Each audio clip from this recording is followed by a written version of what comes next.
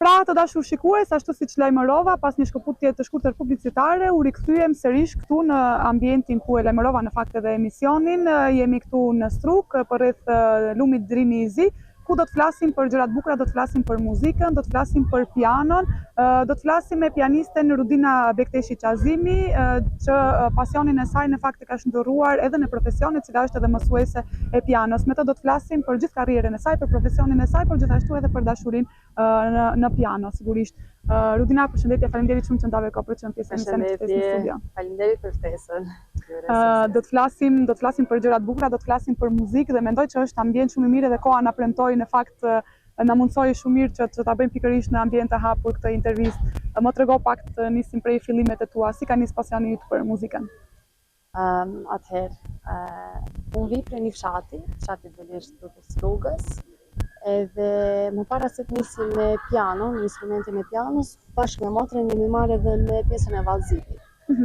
Në shoqërinë kulturore Shpresa të Veleshtës, dhe më pastaj në fshatin tonë atëherë, kur isha unë dikundi klasa e 3, erdhë një profesor nga Shqipëria, profesor Genti Cenaj, të cilin e përshëndes jashtë mase, sepse ai ka qenë një ndër profesorët ose asimtarët i cili na ka dhënë bazën në muzikë, dhe prej aty neve pastaj dhe kemi vazhduar dhe kemi zhvilluar më pas profesionin tonë, së bashku me motrën.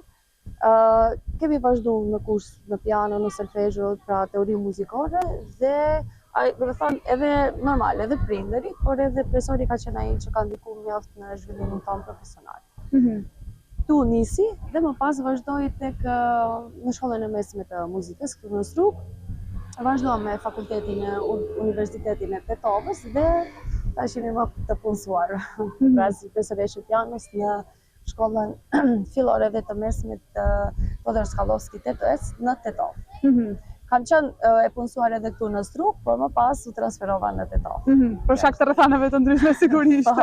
Sigurisht ti e përmendë në fakt dhe motrën tënde Redinën, të cilën ne e përshëndesim dhe shpresoj që edhe Redinën ta kemi ndonjë ditë edhe në emision edhe ajo të flet për pjesën e saj, për karrierën e saj. Kush ka qenë ndikimi më i madh? Ti e përmendë, domethënë se si ka ardhur rrugtimi yt në muzikë, por kush ka qenë ndikimi më i madh që ti të bazohesh pikërisht edhe tek pianoja? Shif, ne do të thënë kur je klasa 3 në atë kohë ti je fëmijë. Më saktë nuk din ta mendosh më tutje se çfarë dëshiron të vazhdosh. Por instinkti i fëmijës të tregon gjithmonë se dëshira është mbi mendimet, gjithmonë ajo që mbizotron. Unë kam zgjedh instinktivisht piano, ndërsa motra në atë kohë me që nuk ishte flaut, njëjtë ishte piano me mua, ndërsa në shkollë të mesme dhe në fakultet ajo vazhdoi në instrumentin e flautit. Kjo ishte ajo rrjedha, si të themi, për zhvillimin tonë. Si e kujton koncertin tënd të parë? Kur ka qenë, në çfarë moshe ka qenë koncerti yt i parë? Si e kujton mbas ato emocionet nëse kthehesh tash pas në kohë? Emocione, unë e kujtoj edhe shpesh, i kam edhe fotot kur kemi pas te koncert me profesorin Genti Cenaj. Kemi bërë gjithmonë në fund të vitit koncerte në Pallati i Kulturës këtu në Struk, normal duke thirrur familjarët e shoqërisë etj. Kanë qenë emocione të papërshkrueshme. Po prapë them, më saktë nuk e din, sepse ti në atë moshë, do të thonë, një fëmijë i vogël edhe nuk din saktë të komentojsh mbi emocionet, vetëm e di se ajo pjesa e skenës, do të thonë mos bësh gabime, je përgatitur gjithkohës dhe mundohesh sa më mirë të luajsh vepra dhe sa më emocionale. I mbaj mend gjithmonë, megjithëse dhe tash ne miremi edhe me koncerte pothuajse non-stop, dhe ai emocioni asnjëherë nuk zbehet. Po mendoj se dita ditës vazhdon edhe shtohet. Edhe shtohet, po. Edhe pse domethënë vite ke në skenë, sigurisht. Edhe pse vite ose pianon, emocioni, të paktën për mua emocioni asnjëherë nuk është zbeh. Do thonë çdo koncert e ka atë emocionin e vet, është ai ndjesia ndryshe prej koncertit në koncert. Kjo është e gjitha. A ka ndonjë koncert që të ka lënë mbase më shumë bresa që gjithmonë do ta kujtosh?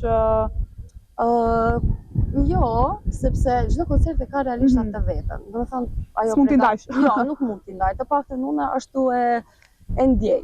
Ndoshta dikush tjetër e ka më ndryshe, por për mua çdo koncert është shumë i veçantë, sepse çdo koncert e ka emocionin e vet. Ajo përgatitja, ajo para se të nisë koncerti, emocioni, do të thonë nuk dina është stres, është emocion, të gjitha bashkohen në të njëjtën kohë. Më thonë nuk di ta ndaj as një koncert kështu. Por që pasi përfundon edhe thua, okay, çdo gjë, shqyr çdo gjë shkoi mirë. Ajo të ka ndodhur ndonjëherë të ndodh ndonjë gabim që edhe publiku mbasi se ka vërit në një notë muzikore. Ata janë normale, ndodhin, mirë po aftësi është dhe të gjindesh në skenë. Do të thënë për atë arsye edhe është mirë që sa më shpesh të dalësh në koncert sepse nëse nuk del shembull një kohë të gjatë harron edhe emocionet edhe ajo aftësia, ato reflekset për të gjendur. Për atë arsye sa më shpesh të dalësh është shumë më mirë. Edhe lirohesh me skenën, lirohesh me publikun, i shfaq emocionet ende më mirë. Do të thënë ashtu siç ti realisht e ndjen, jo ti ndrydhish, por ti shfaqesh siç janë. Sigurisht. Po, duke qenë se ti e përmendë normal edhe emocionet edhe pikërisht edhe pjesa e aftësisë, në fakt sa aftë është edhe një muzikant apo një pianist që të gjendet në situata të tilla, por çfarë bën një pianist të mirë? Mendon se mjafton vetëm talenti apo duhet sigurisht besoj edhe puna? Nuk mendoj se mjafton vetëm talenti, sepse nëse ke talentin atëherë me punë asnjë nuk mund të arrish. Domethënë asnjë nivel të pianos ose qoftë edhe të ndonjë instrumenti tjetër. Nëse nuk punon, atëherë talenti mbetet ashtu siç është. Do të thonë, as pak nuk mund ta shfaqësh si duhet. Me punë mendoj se arrihet gjithçka. Shumë e vërtet në fakt sepse talentin gjithmonë duhet ta ushqesh, talenti mund të jetë aty. Ti në fakt, të dyja në fakt, dy motrat, edhe Redina edhe ti, jeni shumë të talentuara, por e di që ju keni punuar fort për të qenë këtu ku jeni dhe e di që keni bërë koncerte të mahniqme, unë kam qenë në një prej koncerteve dhe ka pas, domethënë ka qenë shumë e bukur dhe shpresoj që edhe në të ardhmen të jem sa më shumë prezente sigurisht. Duke qenë se ti je edhe mësuese profesoresh e pianos, si është raporti, si është të jesh mësuese e pianos, si është raporti yt me nxënësit? Është shumë mirë ti jesh realisht, sepse mendoj se duhet edhe ta duash, domethënë edhe si profesion, përveç se ti e luan e ushtron vetë pianon dhe bën koncerte, atëherë mendoj edhe se të paktën atë dashurinë që ti e ke për instrumentin ta shfaqësh dhe ta japish tek brumi jo, tek nxënësit e tu, sepse unë i marr prej kur janë të vegjël dhe deri në klasën 9 shembull dhe pastaj ato vendosin a duhen të vazhdojnë pianon ose jo. Kjo për mua nuk ka shumë rëndësi. Për mua ka rëndësi shumë kur të vije në orë të pianos të vije me dëshirë, sepse aty domethënë brenda asaj ore ti zhvillohet, ose fëmiu rritet bashkë me ty. Ti ja dim si qikën, ja dim gjithçka dhe mundohesh që t'ja mbjellësh dashurinë për instrumentin, po jo vetëm për instrumentin, por edhe për muzikën. Sepse nuk do të thonë se të dalë prej aty një pianist i madh ose me famë. Ajo është pastaj prej dëshirës vetë. Edhe pasion. Po, edhe pasion. Mirë, por kjo është edhe një njohuri e përgjithshme që mendoj se më tutje do t'i vyejë diçka në jetë. Kjo është mendimi im. Unë për këtë më shumë insistoj që t'u ambjell dashurinë ndaj instrumentit, ndaj muzikës në përgjithësi, që të paktën më tutje të shohin se kanë luajtur një instrument ose më saktë kanë harxuar kohë në një instrument dhe ja kanë drejtë. Kjo është qëllimi. Shumë e vërtet në fakt edhe unë sa do doja që të mundem të luaj një instrument, jo vetëm profesionalisht, por po, e di që s'është vënë, po shumë do kisha dashur se më duket shumë edhe ajo pjesa që relaksuese në fakt, më duket shumë relaksuese, edhe ndonjëherë kur provoj për shembull kur gjej me ndonjë vend, ndonjë piano ose diçka, provoj diçka dhe kur e mësoj ca nota pak ti ke mësuar edhe sa mirë më vjen, para mendoj ato që din ta luaj. Si është tek nxënësit? Kanë nxënës për shembull që besoj që shumica e nxënësve kanë pasion në atë që vinë normal të mësojnë piano, apo ka disa edhe prej tyre që mbase e shohin si detyrim, mbase prindërit i nxisin pak a shumë që të mësojnë piano? Tash varet, do të thënë disa vinë edhe nga dëshira e prindit, disa vinë edhe për asaj që e kanë vetë si dëshirë. Mirë po, do thonë, them prap, kur je më i vogël, nuk e kupton atë pjesën e rëndësisë që ka më tutje një instrument ose muzika pa ma parasysh. Prap them, do të thënë, unë mundohem që t'ju zhvilloj ose t'i nxis dëshirën për të luajtur në instrument ose për muzikën. Ma të tjerë, atë vazhdojnë ajo, atëherë gjithmonë mbetet edhe sipas mundësive dhe sipas talentit, sipas asaj se sa ushtrojnë, sa punë kanë bërë me instrumentin, do të thonë varet gjithçka. Varet gjithçka.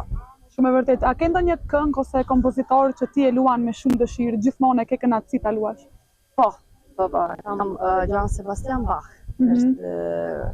Është një kompozitor i cili është mjaft i vështirë në interpretimin e tij, ka një teknikë që duhet, do të thënë, të zhvillohet non-stop duke luajtur dhe është të paktën për mua më jep mjaft vështirësi në ushtrim gjë që të cilën unë shijoj jashtë mase. Do të thënë nëse diçka është mjaft e vështirë, më shtyn që akoma të ushtroj, po të punoj dhe të shoh se çka ka shkruar, çfarë muzike mund të nxjerrësh prej jashtë.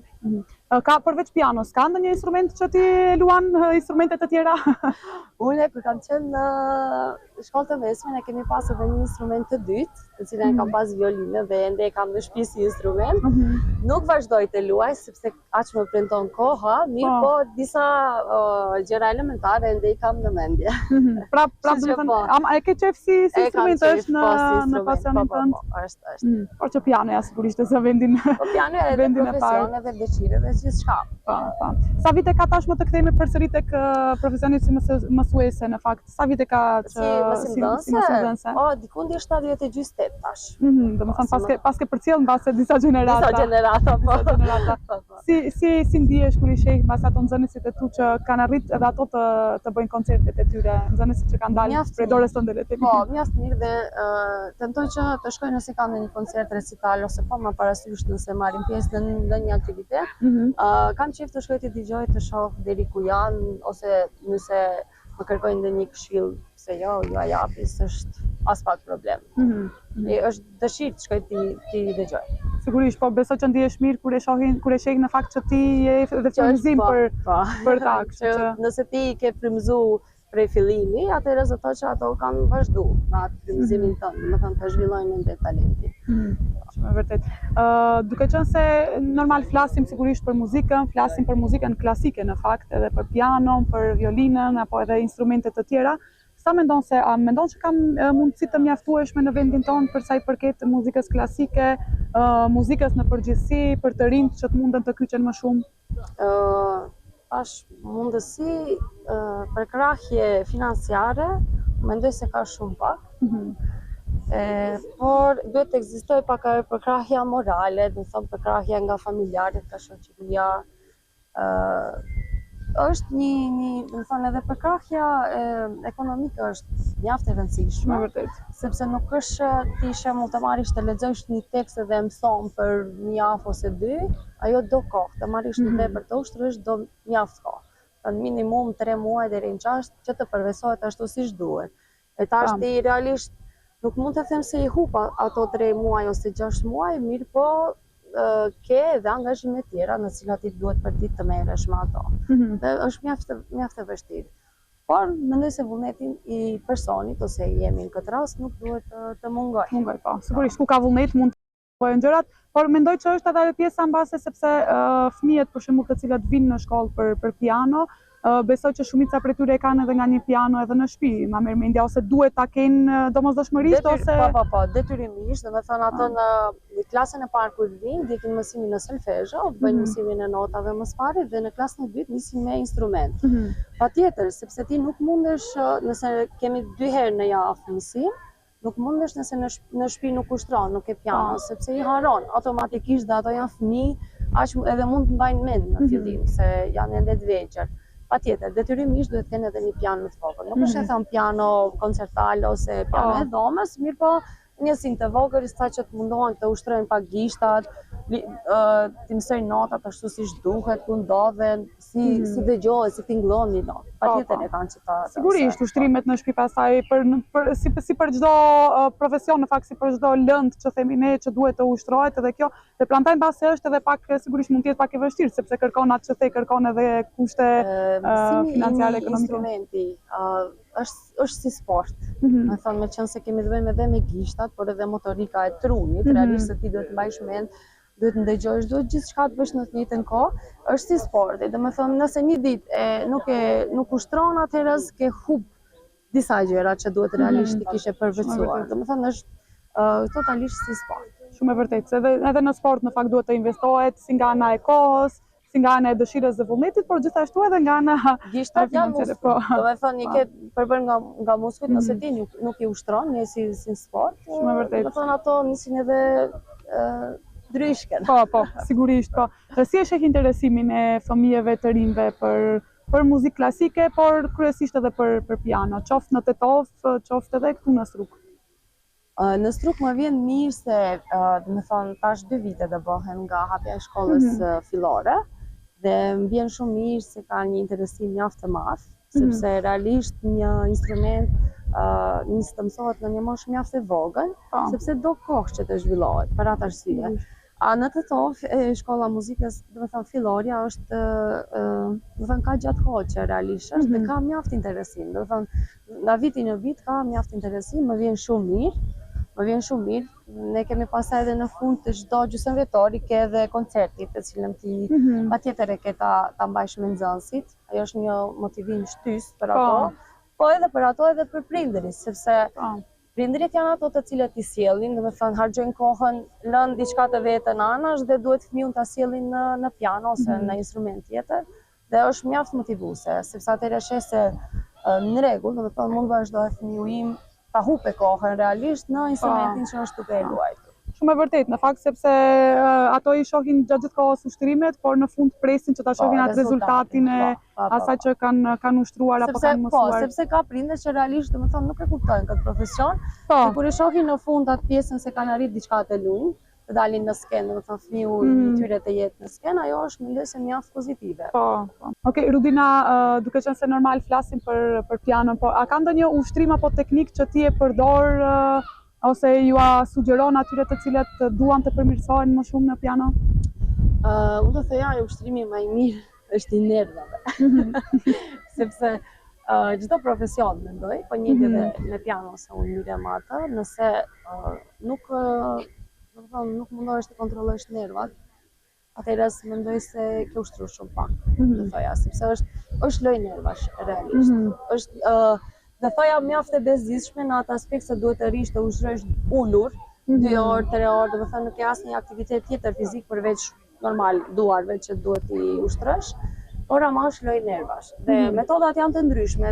Tash nëse një metodë unë e përdor mund të ketë benefit ose do të thënë mua mund të më dalë shumë mirë një vepër, ndërsa te dikush tjetër metoda e njëjtë mund të jetë jo fort do të thënë e mirë. Aty varet prej karakterit, varet çfarë psikike ke, sa larg mundesh ta mbajsh, ta ushtrosh të njëjtën metodë.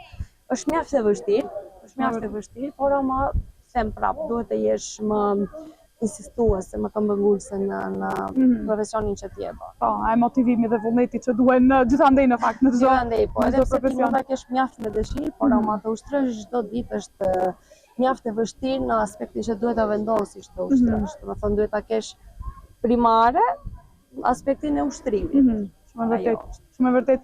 Sa kohë duhet base të ushtrojë një person për të qenë në nivelin e lartë në piano? Nëse do dëshiron të dikush me famë botërore ose të mirë të pjesë në koncerte dhe jashtë vendit, për një moshës vogël, dikundi moshës 6-7 vjeçare, do të thonë në kontinuitet. Çdo ditë. Gjatë gjithë jetës, nuk ka një kohë të caktuar. Jo, nuk ka. Edhe pse ka, do të thonë, pianista me famë botërore që kanë nisë në një moshë pak më të vonë, mirë po atëherë je më i vetëdijshëm. Ndërsa kur je fëmijë, normal duhet prindi ai që duhet të të rije pak mbas, të udhëzoje ose të çojë në kurse që ti të vazhdosh të ushtrohesh konstant, sigurisht janë ndikon. Edhe varet edhe sa dëshiron të mbrish. Krejt varet. Më trego pak tash, ndoshta nuk e di, mund të vendohesh në sikletë ose do të shti pak në imagjinatën në momentin kur ti për shembull je në piano, në koncert dhe je në piano. Shpjegoj pak atë botën tënde ku ndodhesh. Si ndihesh në ato momente, në çfarë bote se ma merr mendja që ndodhesh në një botë krejt tjetër gjatë krejt ndryshe. Unë më pari kam pas shumë vështirë në fillimet e mia që të emocionet i kontrolloj. Do të thënë jam tip që e shfaq emocionin dhe nuk mundi ta fshes. Do të thënë lloj karakteri i personit. Edhe kam pas mjaft fund me veten realisht për të munduar ato emocione sadopak t'i mbaj në një nivel, do të thënë jo që kam pas diçka gabime, por ama ajo ka qenë lufta me veten time.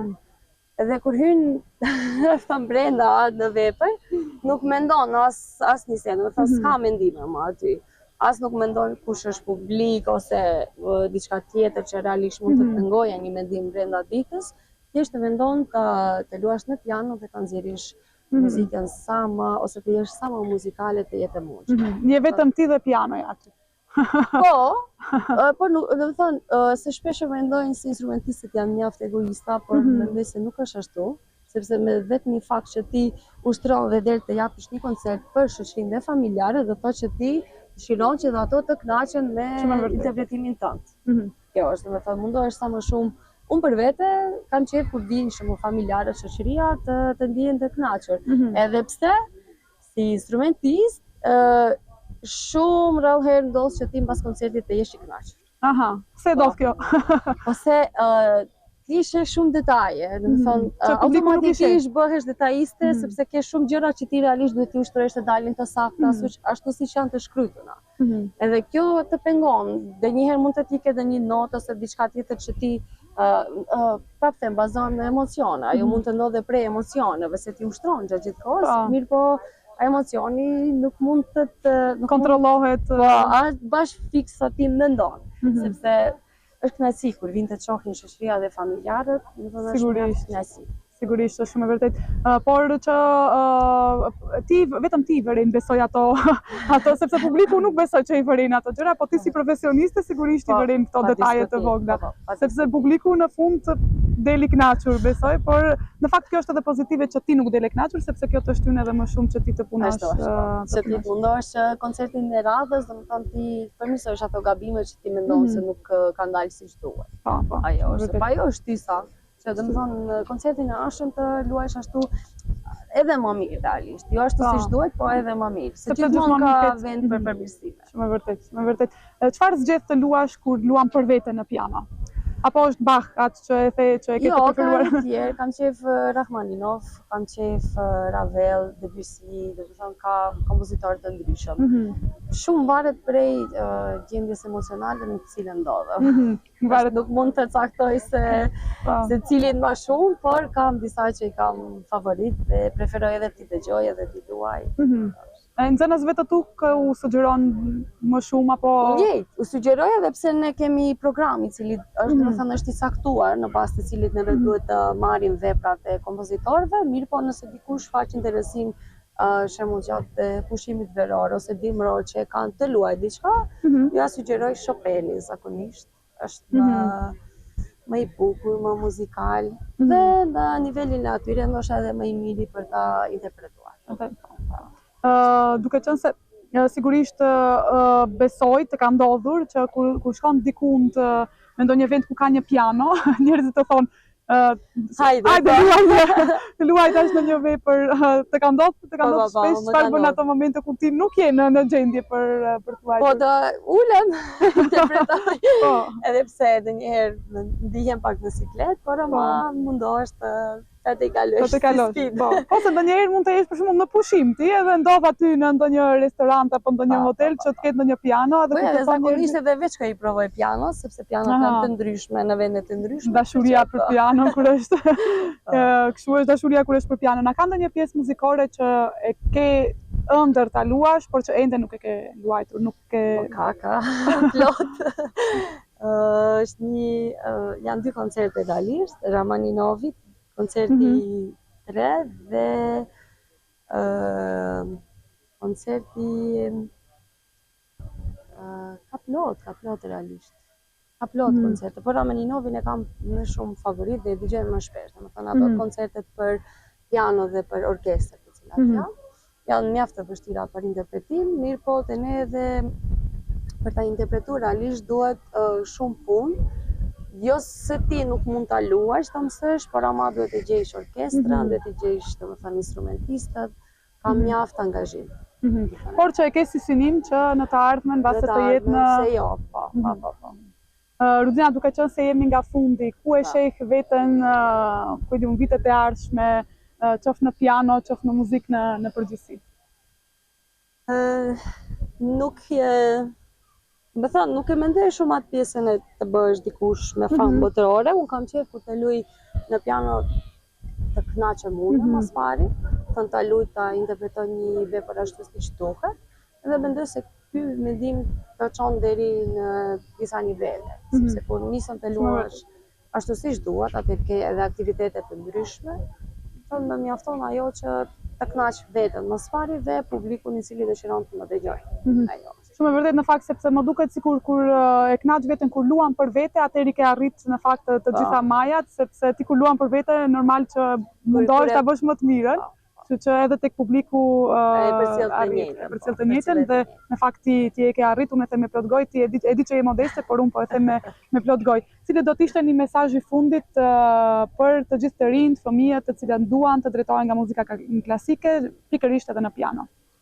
Atëherë unë gjithmonë e them se muzika është në përgjithësi është një sferë e cila ndihmon mjaft edhe në zhvillimin e trurit, bën lidhjen e dy hemisferave, të majtës dhe të djathtas, ndihmon mjaft edhe në IQ-n dhe inteligjencën e fëmijëve, sidomos kur mirën në një moshë mjaft të vogël, sepse në të njëjtën kohë dëgjojnë muzikën, luajnë, interpretojnë, mundohen që të përmirësohen dhe kjo ndihmon mjaft edhe në zhvillimin e tyre si personalitet, do të thonë në të ardhmen.